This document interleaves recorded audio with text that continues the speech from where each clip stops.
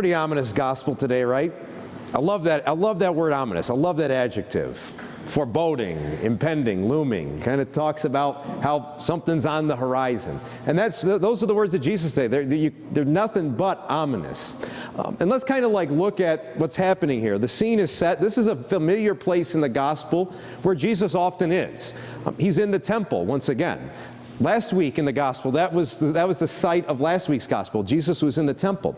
And the temple is, of course, it's an incredible structure. It is a massive temple in the middle of Jerusalem. And it is the holiest site in all of Judaism. Jews believe that's only where the presence of God is found. It's only in that temple in Jerusalem. And it's such a magnificent structure. There's people in there today, and they're commenting on the stones and the votive offerings. And so they're just like oohing and eyeing over this temple. They're commenting on the beauty. They're like, look at how beautiful this is. If you've probably been to maybe a cathedral, a beautiful church, and you probably have done the same thing. One of my favorite churches to go to is the National Shrine of the Basilica in Washington, D.C. And it's an incredible church. It's got a lower church, but the upper church is incredibly beautiful. There's mosaics all over the ceiling. And I kind of do the same thing. I'm kind of looking up and I'm commenting on how just incredible this is. That's what these people are doing in the temple. But Jesus says, don't get too comfortable. There's going to be a time when there's not going to be a stone left upon another stone in this temple. It's pretty ominous. He's talking about the judgment day, but he's talking about it in a spiritual sense, but he's also talking about it maybe in a literal sense too. Now, this isn't the first time that Jesus has talked about the destruction of the temple. In fact, we heard about it last week. We celebrated the feast of St. John Lateran, and we have that great gospel of Jesus in John's gospel, going into the temple area and shooing out the money changers. He says, get out of here. Stop making my Father's house a place of iniquity. But then he has those famous words. He says, destroy this temple, and in 3 days I will rebuild it. At that moment, the people are thinking, well, he's talking about this great temple. How is he going to build something so massive in 3 days? But as we hear later in the gospel, he's talking about the temple of his body. And at that point, Jesus says that things are changing, because you thought that the presence of God was only found in this temple, in this building. Well, I've come to tell you that I'm the new temple.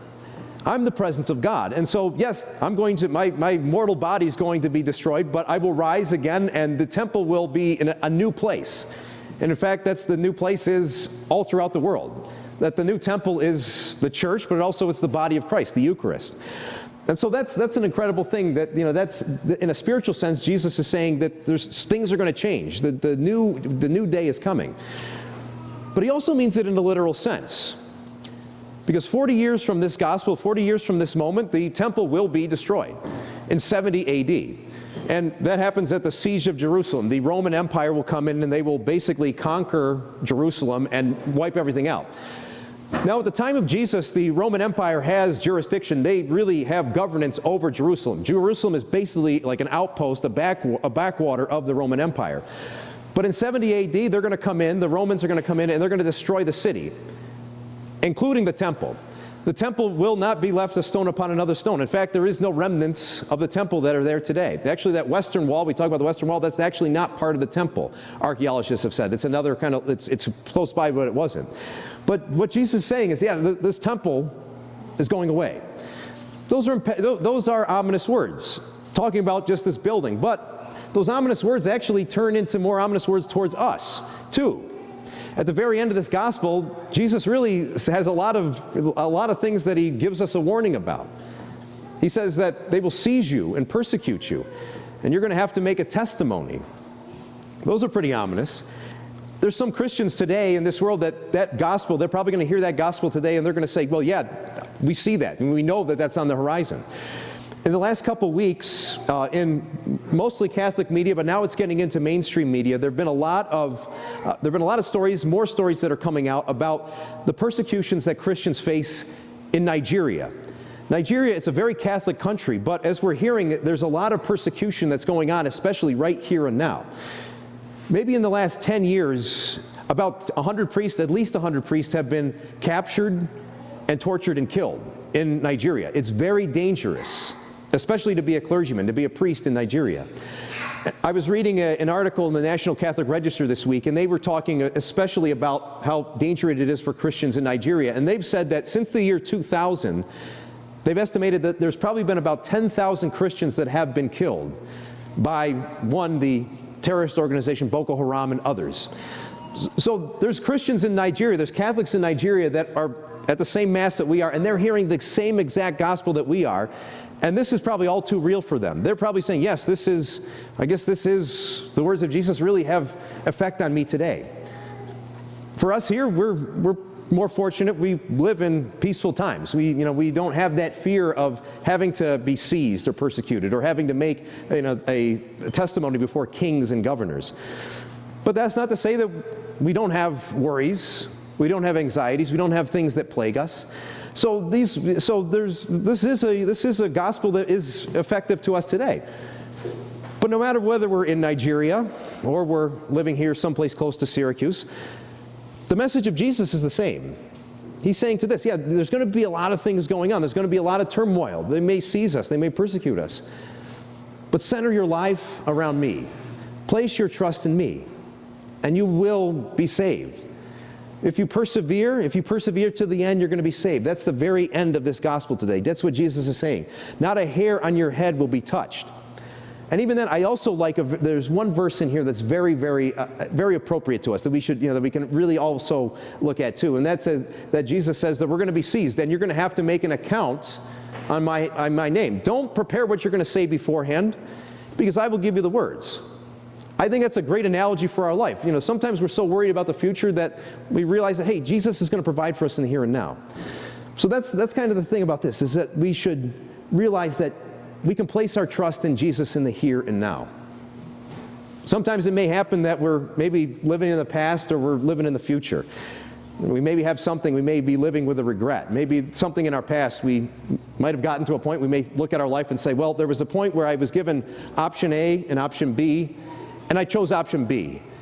And I really, really wish I should have chose option A. And I feel like that's a huge regret that I've had.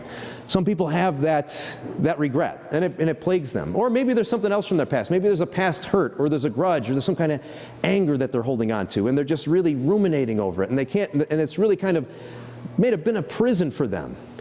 But even on the other side of that, we can talk about the future too. The future is something that can cause us worry. We can worry about what we're going to have tomorrow, whether we're going to be provided for. We may say, "Oh, I really don't know if I'm going to have people. I'm getting older. I don't know if I'm going to have somebody to take care of me when I'm older." Or I don't know. I've had a dream my whole life. I just wanted it to come true. If it doesn't come true, I don't know what's going to happen.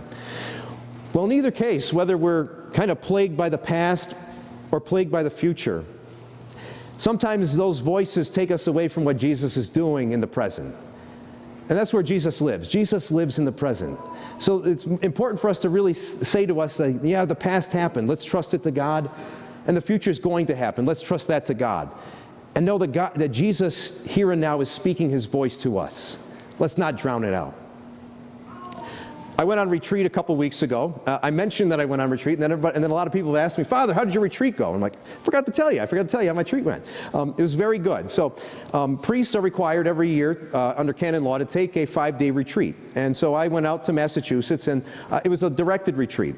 I had a priest that we met for about 30 to 40 minutes in the morning, and he would give me a reflection, something to reflect on, and some scripture. And I would pray about that and reflect on that through the day. And this priest he kind of set the retreat to the theme of the spiritual exercises of St. Ignatius of Loyola. You may know him as the founder of the Jesuit order. But St. Ignatius really has given a great contribution to the spirituality of the church. In fact, these spiritual exercises. And what the spiritual exercises are is basically St. Ignatius, when he was alive in the 1500s, developed this program. It's basically a program of prayer, a program of spirituality that allows people to kind of pray with different scriptures, pray with different things, and it's ordered to helping them find God in the moment, but also finding more to know his will for our lives. Now, St. Ignatius kind of envisioned the spiritual exercises being over the course of a 30-day period. You may have heard of a 30-day silent retreat, right? Yeah. Has anybody heard about that? Some people ask me about that, like, what's a 30-day silent retreat like? And I'm like, I don't know. I honestly don't know, because I haven't been on one. But it's on my bucket list, though. My bucket list is to go on a 30-day silent retreat. I kind of got a weird bucket list. It's kind of like, it's just like a lot of random stuff, and that's being one of them. But he kind of condensed it down into 5 days. And so what happens over these 5 days is that I was praying over different reflections and different scriptures and really allowing myself to see where Christ was present in my life in the here and now. And the priest also said that, St. Ignatius says there's one thing that he wanted to teach about these spiritual exercises especially. There's one principle. He says that Jesus is present in the moment, and the enemy loves it when we're too focused on the past or too focused on the future. Like, he loves it. He loves it because when we're too focused on the past or too focused on the future, it takes us away from hearing the voice of Jesus. That goes for something, maybe a regret of the past. Sometimes we may think to ourselves, oh, there's that feeling that, oh, I made such a great mistake. I don't think I'll ever be able to overcome it. I don't think I'll ever be able to rectify it. Well, that's not a voice from God. That is from the enemy, so don't listen to that. Don't listen to that. We always have a second chance with Jesus. The other thing, too, is maybe looking to the future. That we may say, oh, I don't know, I don't know if I can trust that God's going to provide for me. I just don't know how everything's going to work out for me. Well, that, again, is not from God. That's from the enemy. He always wants us to not be able to trust God. He always wants to take us off our game. He always wants to put us against God. So just get that one out of your mind, too. But the great thing is that those voices of the enemy, they try to stick us in the past. They try to take us take us into the future. Jesus' voice is in the present. And if we remember that, that'll help us. Then those regrets, those grudges, we can let them go. Those anxieties about the future, we can entrust them to God. And something beautiful will happen, because then we'll be able to, more like this gospel, know that Jesus operates in the present and he will provide for us. He's going to give those disciples the words that they need in the moment. He's going to give us what we need when we need it.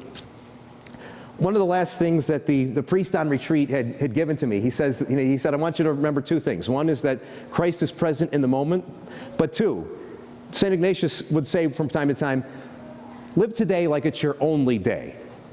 Live today like it's your only day. Now, it doesn't mean go out and buy a boat, buy a Lamborghini, go get a membership at Bellevue or whatever. Not to say that you shouldn't, but it's to say that live in this moment. Let's not be bound by the past. And it's good that we give thanks for the past. We learn from the past. The same with the future. We trust that God will be present in the future. We trust that He's going to be with us. We also are prudent about what we do. We don't want to be careless, but trust in this moment that Jesus' voice is speaking to us. And when we are able to more and more crowd out those voices, whether it's from the past, whether it's from the future, whether it's from society and culture, if we're ever to drown out those voices, then more and more each day we're going to be able to hear the voice of Christ in our own lives. We have some ominous words. We may sometimes find ominous times in our life. But the great thing, the message of Jesus today, is even if we face the most ominous of times, I'm there with you, and I'm providing for you.